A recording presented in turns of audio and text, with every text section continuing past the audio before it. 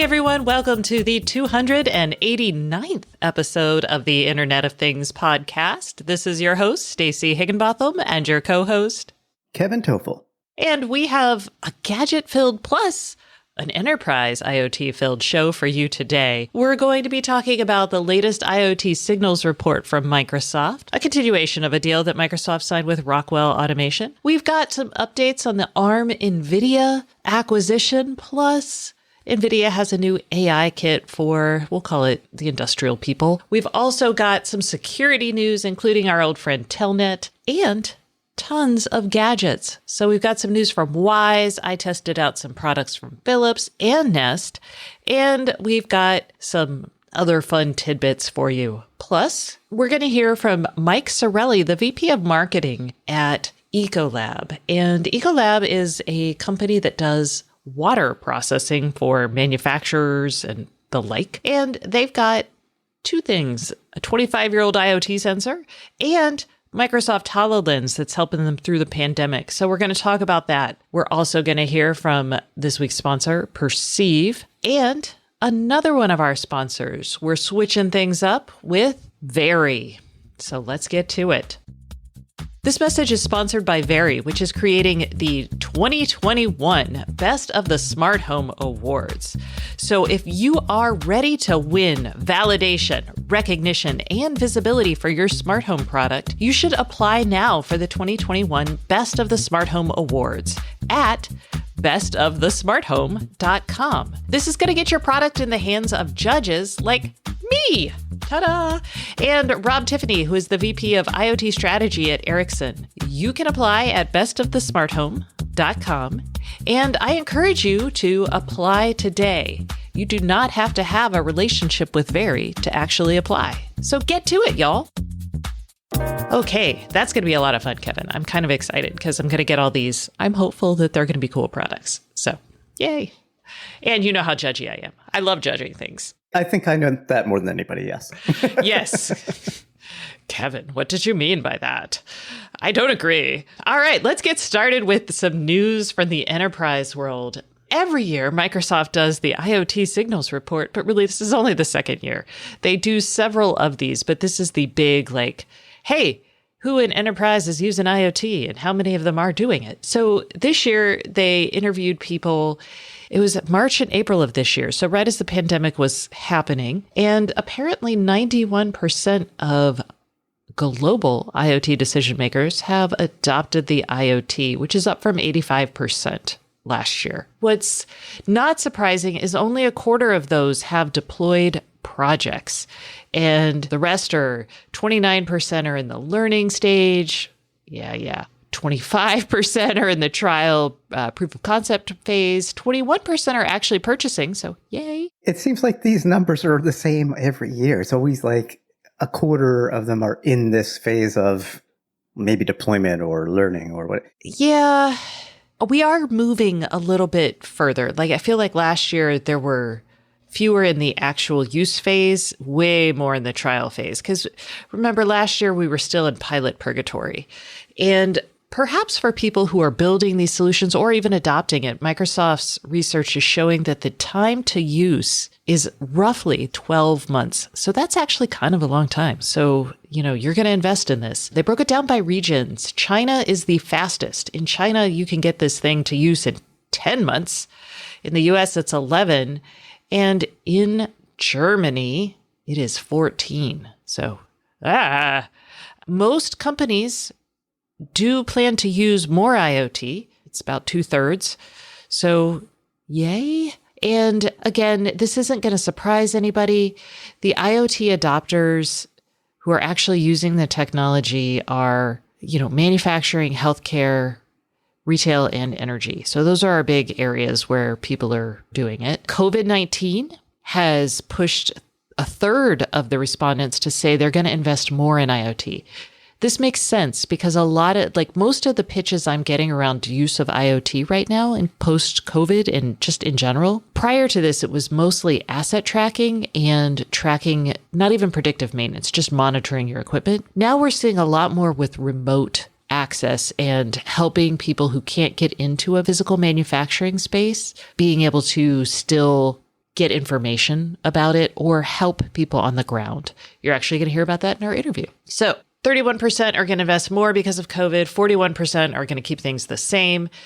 And 16% are going to invest less because there's a pandemic on, y'all. They talked about the reasons for IoT adoption. Safety and security is the top reason, but it's not like employer safety. It's actually IT security and safety. This is more like tracking people walking around secured areas of the building. This isn't like tracking people for pandemic related reasons. The other thing that I thought, because, I love sustainability and talking about that, a third of people are using it, IoT, for sustainability, but most of those are people in other countries. So it's not here in the US, Boo. Which is, I was a little sad about that. It's a less common measure of success. The most common measure of success for your IoT efforts are going to be cost efficiency. Yay. Or a boost in quality, or which could be a decrease in human errors, which will save you money, and also production efficiency.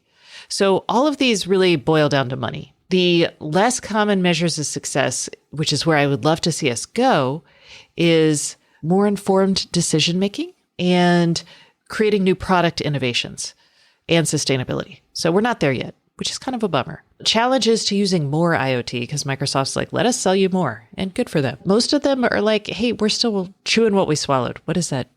Biting off what we can chew, chewing what we bit off. I am terrible today with metaphors, but they're using everything right now that they can. Right. So 33% are still implementing their current solutions. 31% are working out existing challenges. There's also like 28% have no budget and no people. Complexity is still an issue. A full fifth don't want to store their data in the public cloud. So bring on the edge. All right. There's a lot more data in here. I will link to this both in the newsletter this week and also in the show notes. So you should check that out because there is tons of useful information. And I actually like these reports. And Microsoft throughout the rest of the year will break down various industries as well, which is always fun. Speaking of Microsoft, they continued their partnership with Rockwell Automation. We're seeing a lot of these. And basically, Rockwell Automation is really good with the industrial world, the OT side of things, as it were. So teaming up with Microsoft is just going to help make that just a little bit more seamless. It's not new. It's not that exciting, but it's good that that's working out for them. And yeah, I don't really have more to say about that. So let's move on to exciting news. Also, actually, this is probably exciting for more of the industrial people because this is a really popular product there. Nvidia has a new Jetson Nano AI kit. Tell us about it, Kevin. Yes, it is new. It is small. It has 2 gig of memory. You can have it for just $59, which is really cheap compared to the old developer kit, which I believe was more in the $99. Oh, okay. They had a $99 one, and then they had one that was more expensive. I'm thinking of the more expensive. It was still under $1,000, but it was, Oh yeah, that definitely was a ginormously fat. Yeah. I don't know if you could train on that or what, but it was impressive. I don't know. But this is small. This is the Jetson Nano developer kit. Looks very similar to, say, to a Raspberry Pi, although it's a square board instead of a rectangular board. It has a 128-core Nvidia Maxwell GPU, which is not the most current GPU product line they have. Ampere is the current one that they just rolled out in the last month or so. But still, there's plenty of horsepower here, along with the... I've got a giggle, Kevin. Ampere, current. Ah! Okay. Oh, that's funny. Okay, That's I'm sorry. funny. I distracted you. You were already losing your point. Keep going. I was, because I wanted to get the name of their SDK that comes with it. And I can't remember what it is. I think it's Jetpack or not. It's something along the lines of Jetson. In any case, you get the hardware, you get the software, it runs Linux, and you've got multiple USB ports and so on. But really, this is for AI. This is for training models on a small scale. Tinkerers would like this. You're right. Perhaps industrial people who are developing products and so on. It's actually one of the most popular. The older $99 Nvidia Jetson stick was one of the most popular boards for industrial IoT. It was people picking it up to train and play. I don't know if they were training or they were just running their models on it inside the factories, but that's what it was. It was prototyping for AI and factory use cases, and they loved it. People love that stuff. Well, not only that, besides having the history of having these products out for a while, They have some really excellent tutorials. I looked at some of the getting started things that they have, the videos, found out that you can use the new Raspberry Pi camera module with this. You can use a USB camera with this, whatever you'd like. But they're very supportive to the developer community, is what I'm saying. Yes. And along that note, ARM just did their TechCon developer event virtually this week. That is happening. Some good content, but there was an interview between Simon Segars, the CEO of ARM, and Jensen Huang, who is the CEO of Nvidia. And they answered some questions. And a couple things that I had been wondering that I thought maybe I should tell y'all is they asked about, hey, Nvidia makes GPUs. ARM makes GPUs, their Mali GPU family. Both are going to stay. Jensen's like, yeah, we're going to keep doing both because, you know, my GPUs are not for everything. And he's right. And the big reason this deal is happening, and I'm going to go direct quote, Jensen says, we want to be the computing company for the age of AI. And to do that, the thesis is that they need ARM because Nvidia has been a specialty processor on the GPU side forever. And even as far as 10 years ago, you know, I was going into Nvidia and seeing their silicon, and they were trying to get into smartphones. They actually bought a radio company for a while, and it just didn't work. And with ARM getting into the data center and Nvidia seeing the demand for AI workloads, this is a real opportunity. So I encourage you, if you're a developer who cares about this sort of thing, you know, you can go watch that chat perhaps, but this is an interesting deal. And I'm actually a little bit more excited than I was beforehand. So I guess their whole dev conference worked for me anyway. Okay. There's like a new research center and all this other stuff, but it's not really related to the IoT. So I'm not going to talk about it. Instead, we're going to talk about, a security flaw. Oh, Kevin, let's talk about it. Yet another one that was discovered this week by NetLab, who published a report. I wouldn't panic just yet over this, but basically there is a early stage bit of malware that is being spread around to routers and IoT devices that use Telnet. And I'm not going to say any more there because we all know how we feel about Telnet. Don't use it. Bad. At this point, the researchers can't tell if this is just poorly written code or if it's not fully developed yet. But what they see in the code is the capability or potential capability for this botnet to literally wipe all the storage, all the drives and disks on any router or IoT device that gets infected. Now, they're not sure if that's the intent of it or if it is a self-destruct type of command to basically clean itself off after it propagates. I do not know. They do not know. I wouldn't worry just yet, but boy, oh boy, Telnet, stop using it. Yeah, please. Because, nothing good comes from Telnet. It's not secure. All right. Speaking of other things we wouldn't want to have connected to Telnet, we wouldn't want to leave an open Telnet port on. I'm not even going to touch this story. You can. We have to because everyone's talking about it. Okay, so the long and short of it, because I don't want to dwell on this too long, is that there is a smart chastity device for men. I will let you imagine how it prevents sexual acts, but it is connected. That's the more important thing. And there are some programming interface flaws that let attackers remotely lock your private parts into this. And I mean, this kind of strikes me as a twist on ransomware where like somebody takes over your computer and you can't get your data till they unlock it after you sent them Bitcoin. Theoretically, somebody could not let you unlock this from your private parts until you send them Bitcoin or whatever. I don't know. I feel like something like this should have like a kill switch, like a physical kill switch. Let's not use kill when discussing these parts. Sorry. Let's use an unlock switch. I just, like when we start thinking about applying connectivity devices, we really need to think of all of the threat models. Yeah. Yeah. Especially something that you attach to yourself, to a physical body part. Yeah. So I feel like this is a good opportunity to remind people that security isn't one size fits all. And when you build a physical device that has certain characteristics, it's worth thinking about what happens if this gets hacked. Just like it's worth thinking about what happens if I can't pay my cloud costs and this thing needs to, it's like graceful degradation, but it's also like graceful degradation under attack. The service is shut down. There's an interruption and you're locked in. And I really can't believe you said one size fits all in this segment. That's what I'm going to say there. It's because my brain doesn't work. Moving on. Let's talk about devices. family-friendly devices. Wise, the thermostat. Wise is on their product roll. So they've got their thermostat out now. And we mentioned this, but you can pre-order it for $49.99. And, it looks like a Wise device. I don't know how, it's like a little oblong oval thing looks just like their doorbell and their lock, actually. Standard Wise design language for sure. I do like the fact that it has, it's got a screen, it's got a knob. I like the user interface where it's kind of like a radio dial, rounded, and you just turn the heat down and whatnot, if you do it manually, of course. Yes.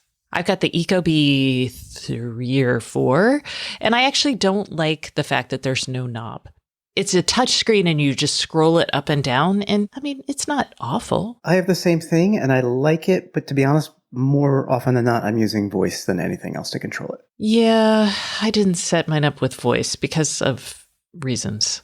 We'll have a slow week and we'll talk about Stacy's smart home drama. It'll happen. Okay, I have purchased many things, not the Wise thermostat, but I did buy the Philips Hue 100-watt equivalent A21 LED dimmable smart wireless light bulb. Oh, so many words. Basically, it's Philips Hue super white bright bulb. And I bought this because I live in Seattle and it will start eventually getting dark at like 4:30 in the afternoon. And I have no overhead lights, no lights at all in my living room if I don't bring them in. And all of my lights were just so dim, y'all. So I bought these and they are bright. Most Philips Hues are the equivalent of like a 60-watt bulb, and I would call it a dim 60, honestly. This is 1600 lumens and it is warm. And you cannot change the color temperature. So this is just one white for all of time. And that white is a warm white. It's 2700 Kelvin. So that is on the warmer end of things. And it is bright. I noticed an immediate difference putting them in. I put them in 2 places. And because it's warm light, it didn't strike me as too bright, I guess. But I appreciate them. And they are Bluetooth. Hue and Amazon have done a great job working together because the second I put these in, the Hue figured it out and asked me to name it and stuff like that. But I also got a notification on my Madam A app that was like, hey, I just discovered a new Hue bulb. And it was using Bluetooth, I think, to discover it. I'm using the Hue Hub because I have one, but this is a Bluetooth capable light. So you could have up to 10 Bluetooth capable Hues and control them from your Google Nest or your Amazon Echo or your phone. And these are, I think, $20 each? Yes, that is the thing. They're $19.99. They're kind of pricey, but it's Philips Hue. I kind of wish you could tune the color. I do too. I totally do. But I just needed something. Gosh, it was so dark. So dark. We have like no overhead lights in our homes. It's all lamps. So I sympathize. And I know that, all the designers are like, oh, you don't want overhead lights. It's so not, what's that Danish word for cute? Hug, hig? I don't know. Anyway. Okay. IKEA. I don't know. Yeah, just ignore me. All right. The other thing is I got a review unit of the new Nest Audio. And it's adorable, y'all. And I got it in pink. Oh, they call it sand. My studio, if y'all don't know this, is pink. So, or technically it's called First Light. It is by Benjamin Moore, but it's pink. And the Nest Audio works with this, but y'all don't want to know about the pink. Y'all want to know how it sounds. And it sounds really good. Google did a wonderful presentation where they talked about what they were trying to achieve with the sound. The bottom line is they didn't want to resort to like weird compression tricks. They wanted to really have a large dynamic range and allow you to hear everything. This is, I guess, AI modulated. We have computational photography. Do we have computational sound now? I would say so. Just based on placing speakers in the right place of a room, such as the Sonos, for example. Absolutely. So it sounds really good. It sounds way better than the Google Home, which sounded like crap. It also sounds better than my older Echo devices. I want to try the Echo Studio in my house. I have heard the Echo Studio, obviously, when they launched it in 2019, but it probably doesn't sound as good as the Google Nest Max, the giant big speaker. Home Max. Home Max. Yep. Because that has a lot more speaker capability, but Google also said that people didn't want to buy it because it was too big, and I appreciate that. It does not sound as good as my old Sonos Play 5. But that is an ancient speaker and it designed as a speaker and it's big. So, well, this is also a $99 speaker, and I'm not going to say that price determines sound quality, but it's true. It's okay. Yeah, so it's $99, but it's also like 7 inch. It's almost 7 inches tall and almost 5 inches wide. So it's tiny. It is pretty heavy for the size. It's 2.6 pounds, which is always good. Every time I pick up a speaker, I'm like, oh, God. I'm like, all right. So a couple things to note for our listeners who are crazy about Wi-Fi and smart home stuff. This does have 5 gigahertz Wi-Fi. So this is dual band Wi-Fi, 2.4 and 5 gigahertz, which is nice. It picks up my voice really well. And on my Google displays, I've had a hard time getting it to shut up to listen to me when music is playing. I didn't have that problem on this speaker, which was nice. Google says that it adapts to noise in the room. And it told me to like bring an electric toothbrush near it and see what I heard, and turn on the vent fan over my stove and see what I heard. I did all of these things and I heard no change. I wonder if, because these can be paired or be whole home audio, I wonder if you had 2 of those in the same room, if that would make a difference in terms of that background noise. Yeah, I don't know. And it's got capacitive controls on the top. So should you buy this speaker? I'm going to buy 2 of these, and I'm going to buy the Echo Studio. I'm hoping it goes on sale for Prime Day. That's what I'm waiting for, because I've spent a lot on gadgets. So I'm probably going to buy 2 of these and then one of those, see which one sounds better in my big open area, and then put that there. And then if it's the Echo Studio, I will move the speakers. I will split the pair, move one into my office, and I don't know, maybe I'll move 2 into my office. I don't know. See, this is the problem. I'll give one away on the show. Yeah, there you go. I have so many of the Nest Minis and the Nest Smart Displays that I would be replacing speakers if I bought these. And I guess for somebody who has maybe the Minis and you want more sound, it sounds like if you want to drop $99, you could retire a Mini or reuse it somewhere else.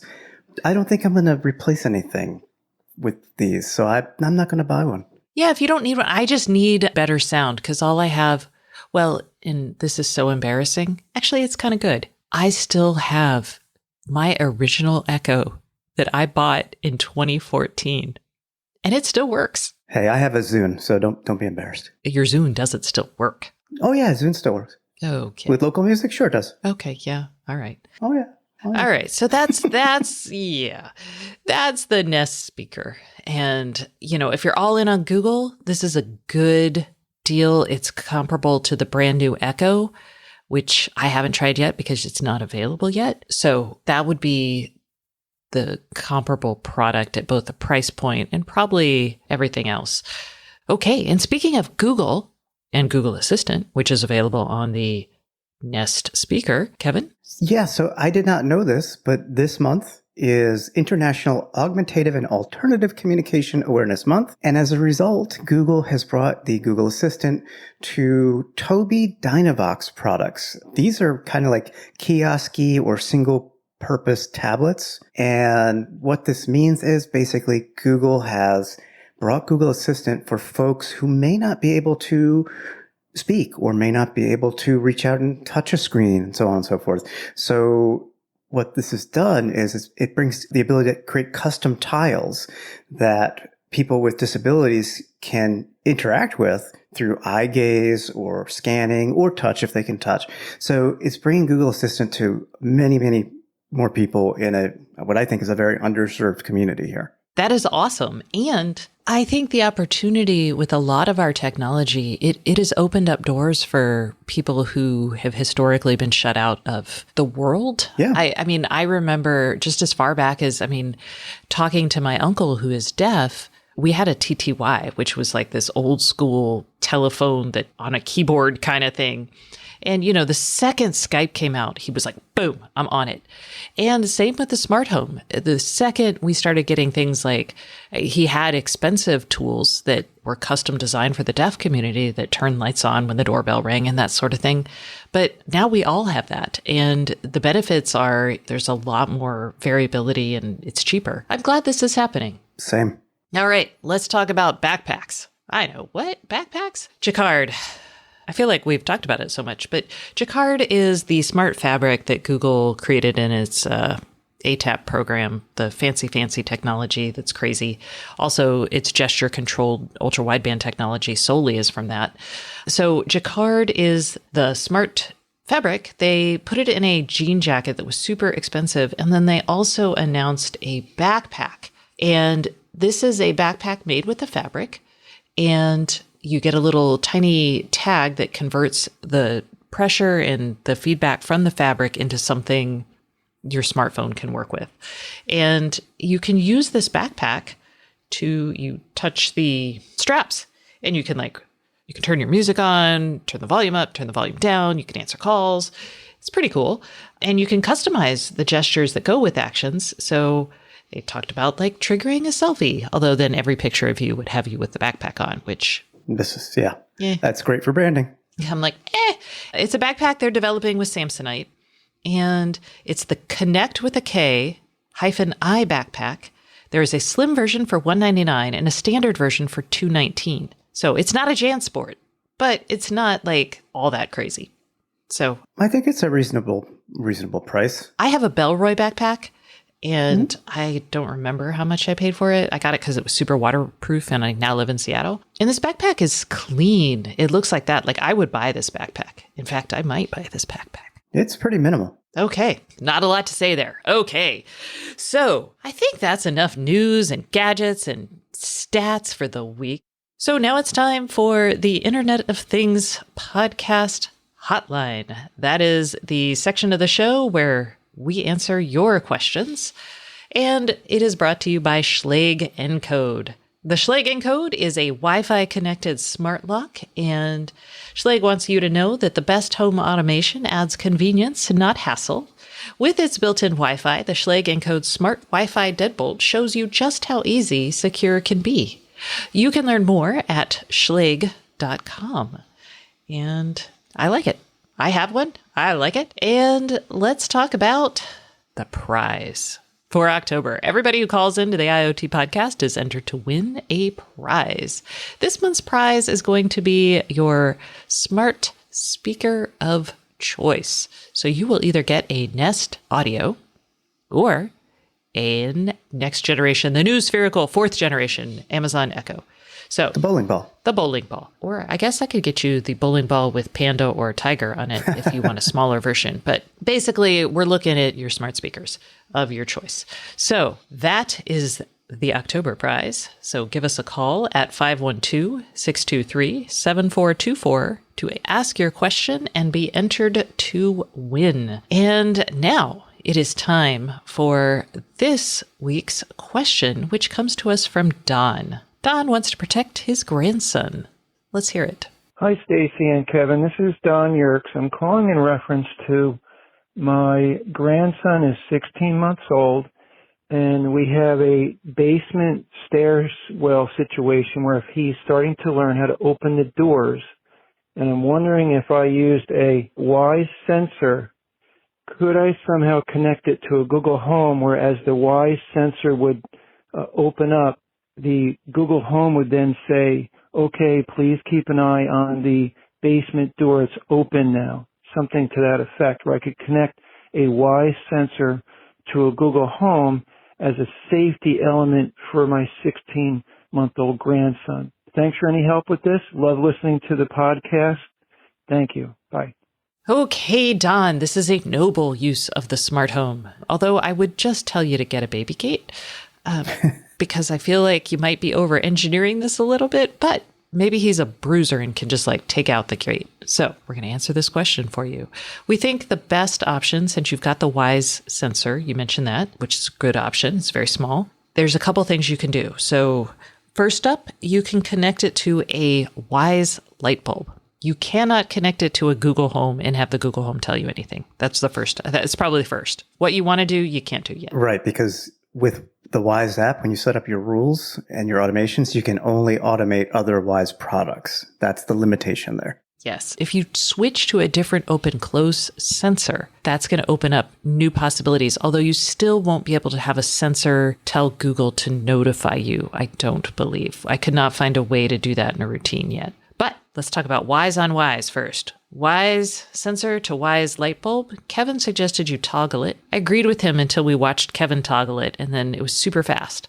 So if you're going to do this, you should toggle all of your lights. Right, make them flash maybe even a couple times, because the one time it was just on and then off, and you may not see that. If it's daylight, yeah, you may not notice that. Right. You'll also get a notification for the sensor on your phone. Mm-hmm. We were trying to find a way to have the Wise sensor ping the Wise doorbell chime, but we could not see that yet. So that is unfortunate. And the other option for you on the Wise sensor is IFT. You can actually tie your Wise sensor to IFT and have all kinds of things happen. We could not find a really compelling alarm sound, although there are alarm products that have sirens attached to them. I don't know if you want to do that to your grandson. No. Maybe you want to play a song. If you have Sonos, for example, you can connect the sensor to your Sonos via IFT. I'm not sure what Don has, so it's hard to say what other products he has. So I would say look at IFT and see what products you have that are supported there. Maybe there's something that will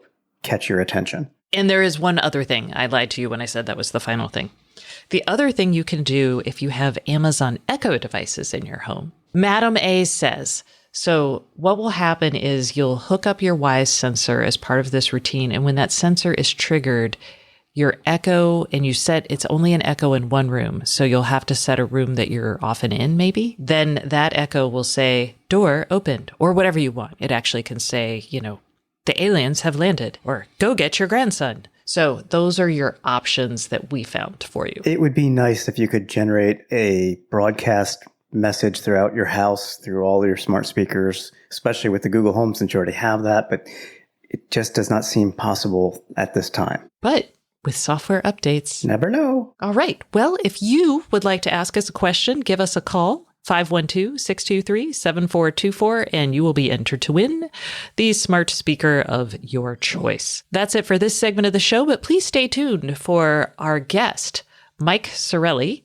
who is with Ecolab. He's going to be talking about using HoloLens for remote workers and building IoT sensors a quarter century ago. So all of this and more await you after a word from our sponsor. Hey everyone, we are taking a quick break from the Internet of Things podcast for a message from our sponsor. This week's sponsor is Perceive, and I have Steve Teig, the CEO of Perceive, here to tell us about it. So Steve, tell me a little bit more about Perceive's Ergo processor. Perceive is really about transforming sensing into perceiving, to transform the raw pixels and raw audio that you see in sensory devices into more context and understanding what is being looked at, what is being listened to. The way we provide that is through our Ergo chip, an edge processor that is the first to bring data center class analysis inside edge devices. We can run some of the largest neural networks that people run in the data center in 20 milliwatts. So with increased performance, what type of applications does Ergo currently enable? Well, the most obvious example might be a home doorbell camera or a home security camera, where we can tell the difference between a FedEx delivery person and your aunt coming to visit your house. On the audio side, that we can tell the difference between a dog barking and a breaking window, that we can understand our environments without the creepiness of sending your data to somebody else's cloud, but having the camera itself understand what's going on around it. This will allow state-of-the-art security, making the objects you interact with behave in the way they're supposed to by putting enough intelligence inside them to respond in a more contextually aware way. Sounds good. So what are some features that could be coming in the future to Ergo-fitted devices?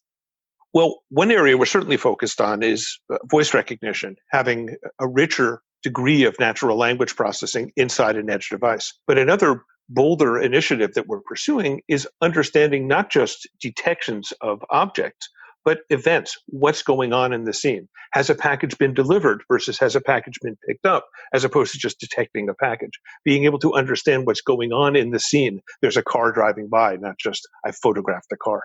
This is the kind of intelligent processing and context awareness that Ergo can provide. That sounds really awesome. So I know privacy is a really common consumer concern for the smart home. And how does Ergo attempt to address that? We take privacy and security very seriously. And for privacy, The fact that all of the processing is being done inside the Ergo chip, we don't even use an external memory, means that your data doesn't have to leave our chip to go anywhere else. We avoid the creepiness that video and audio from your house is going to somebody else's cloud. That both mitigates privacy exposure, but also security risks. That is, it's much harder to hack data if it's not flying around the web somewhere. I know you're focused on the smart home today, but are there other industries that Ergo might be a fit for? Most definitely. We really have the grand objective of upgrading sensing to perceiving wherever sensors might be. So that's in wearables, in mobile phones, in appliances, in toys, perhaps in vehicles. Any place that you would logically put a sensor, you might as well have a sensor that understands its context, that perceives. Why would you choose just to sense raw pixels when you can understand your environment? All right, and where can listeners go to find more about Perceive's latest offerings? Well, the best place to start is probably our website at perceive.io.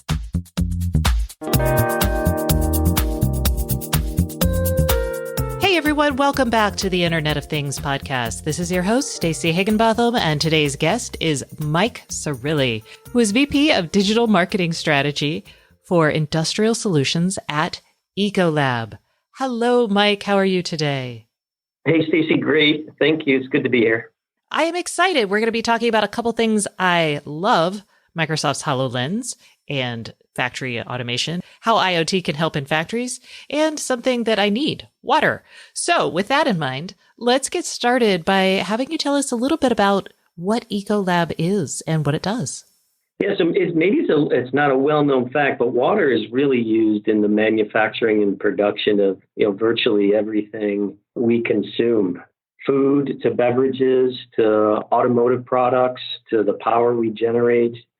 And really the criticality of water in that process is something we're focused on as an organization. It's also really important for us, the sustainability side of that equation and the conservation of that water. And so everything we do really is intended to understand the contribution water makes to the manufacturing process, whether that's on the boiling or cooling side of the equation, and then also how we monitor the performance and quality of that water in the manufacturing environment, really to help our customers, not only produce more, but do it more efficiently at a higher value. How do your customers in the industrial side or in the food and beverage side, how do they use water in manufacturing? Yeah, let me give you one really tangible example. We work with a large consumer goods company that, is the manufacturer of ice cream. And as you would think, water is an essential ingredient, not only in the product itself, but in the manufacturing of the product. And the temperature and quality of the chemistry of that water in that process is essential to make sure that the end quality product of the right ice cream comes out the other end on the manufacturing process. So that is one small example, but in many, many, many different variant applications, water is used as a critical component of delivering a final quality product. So how is water used in an industrial capability? So a heavy industrial example of how water is used in the manufacturing process is, maybe the best one is the manufacturing of paper. As you would expect, the defined requirements related to the quality of paper and the amount of water used in the process is really, really critical. And the moving and heating and cooling of that water through the process to ensure product quality, whether it's product thickness, whether it's products used and paper used to write on or boxes to ship Amazon goods, water is really essential. Okay, so let's talk about technology. When you guys reached out talking about Microsoft's HoloLens, which is a headset that delivers augmented or mixed reality. And I was very curious to hear how y'all are using it with your clients. Yeah, so digital technology has really been core to our business model. We've been fortunate. We've pioneered IoT and sensor devices on water assets in our customers' facilities for over 25 years. Those IoT devices monitor the performance and health and quality of that water. It's an incredibly complex equation, which includes our field and sales and service teams, on-site customer resources and engineers, a lot of expertise back within our headquarters around chemistry and chemistry research and really optimization of the best solution for customers. So we're really fortunate that we've had visibility remotely for some time to customers' operations and in their water systems within their manufacturing process. And where Hololens and other remote technologies have really played an increasing role in our strategy is really a lot has to do with most recently the impact of COVID-19. I think that has really impacted companies' adoption of IoT and digital solutions and the need to do more remotely and have transparent visibility to a lot of the operating scenarios that happen within a given facility. So we're beginning to really identify a number of different use cases for different technologies like HoloLens and mixed reality solutions. So when I think of HoloLens, I think of people who are in a factory trying to maybe troubleshoot something and they're using the data overlay to help them put things in the right place. It's usually used as a remote training kind of option. So how are people using it today at Ecolab customers or internally? I think that's exactly right, Stacey. I mean, the technology is being used to really leverage expertise that physically isn't going to an environment or a site.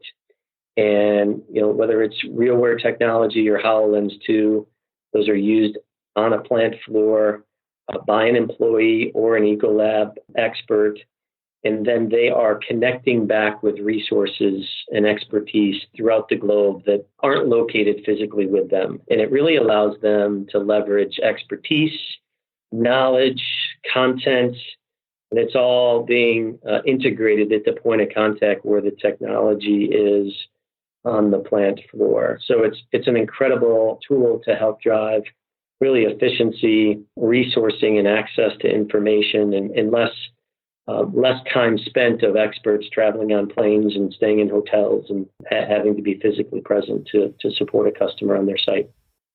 And then how are y'all using HoloLens to make things easier, not just in the pandemic, but just broadly? Yeah, so one really great example is of HoloLens is a protein plant where we trained over 60 individuals at our customers' operations within a very small window of an hour or two's time. And historically, that would have taken us over a week to do from a program perspective. So I think there's a major efficiency play that HoloLens provides us. Any other examples? Yeah, so one really great example of our technical service teams would be the deployment of IoT sensor equipment and technology that requires not only setup, but configuration of that hardware and those solutions. And the ability to do that remotely with HoloLens is a significant time save. Historically, if they had to physically be in a customer's operations, they'd be able to complete 3 to 5 visits per week. We're finding now with HoloLens that they can do an excess of 10 to 12 of those similar complex activities a week. So the efficiency and productivity is multiplied by a factor of 2 or 3. So it's really been a great resource and tool for us. Okay. And what other technology do you need to have to make something like this work? Because obviously, if I'm thinking about water, I'm thinking, you probably have to sense like the quality of the water, maybe the temperature. All of those things are not visual. And there's probably things around flow. What other technology are you using in your customers' sites? Yeah, so as I mentioned, we have an IoT sensor device that is branded called 3D TraceR. That's a chemistry dispensing IoT device.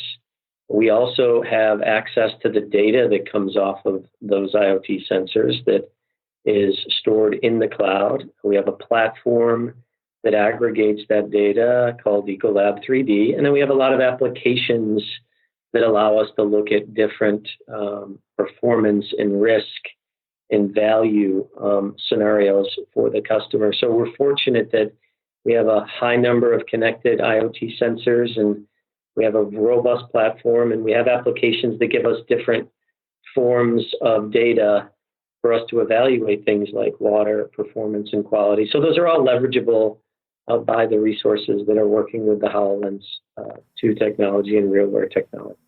Okay. And as your customers are deploying these sorts of tools, where are they getting stuck? Because this is always, you read so much about pilot purgatory and challenges here. And I'm curious, what are the challenges they might be encountering and how do they overcome them, or how do you help them overcome them? Well, I think our customers like us are navigating the changes from COVID-19, the importance of digital tools and access to data.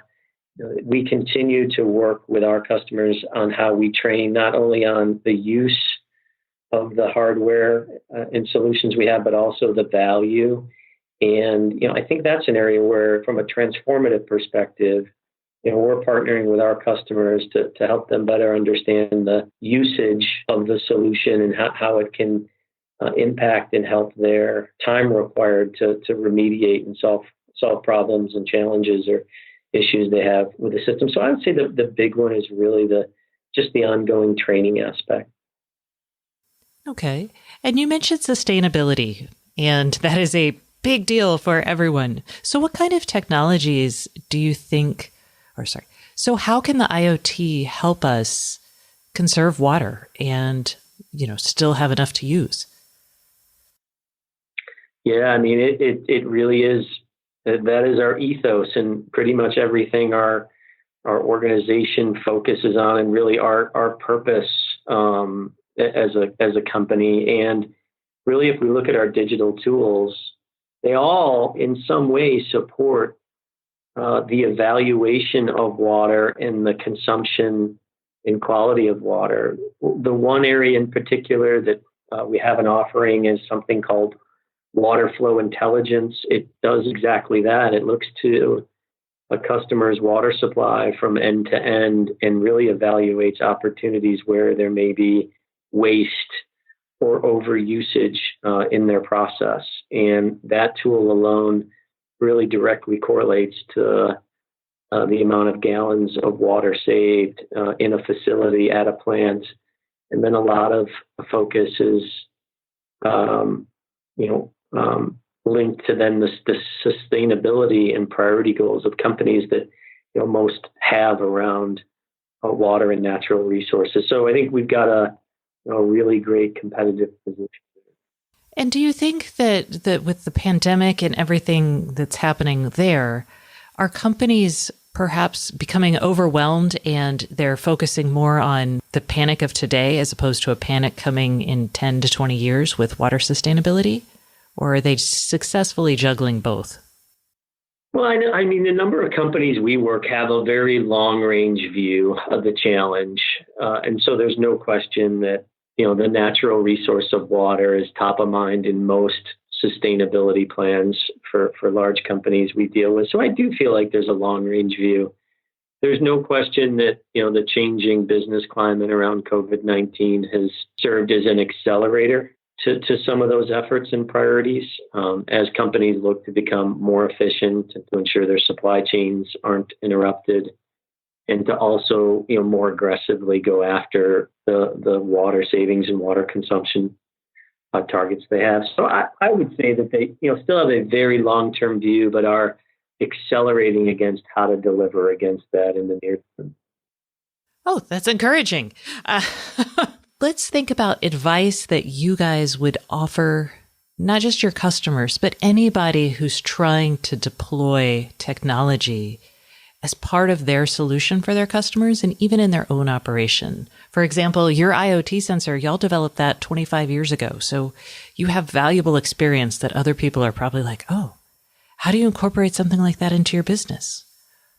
Yeah, I think there's a couple aspects to success, so to speak, in the category and space. I think the first is you have to be willing to fail and deliver a minimal viable product and solution at a fairly accelerated rate, just because the category obviously moves so quickly. So there has to be a willingness to deliver a first version R1 minimal viable product to your customer that meets a very well-defined use case. And I think that's the second part, where there is so many different means in which we can add value to customers and where technology can play. I think it's really critical that the use case is defined well, and that, from insight to action to value in terms of what it provides. And I think that the final part is just having a willing collaborator across each of the dimensions, right? Willing collaborator with the customer, willing technology partner to work with, and then obviously, linking those three aspects together. But I think those are the real keys to success in this digital age. Excellent. All right. Well, Mike, thanks for coming on the show this week. I really appreciate learning more about water and how you guys are using HoloLens for remote collaboration. Thanks, Stacey. It was great to join. That's it for this week. Thanks so much for listening. And remember, if you'd like more IoT news, sign up for my newsletter at stacyoniot.com. We'll see you next week.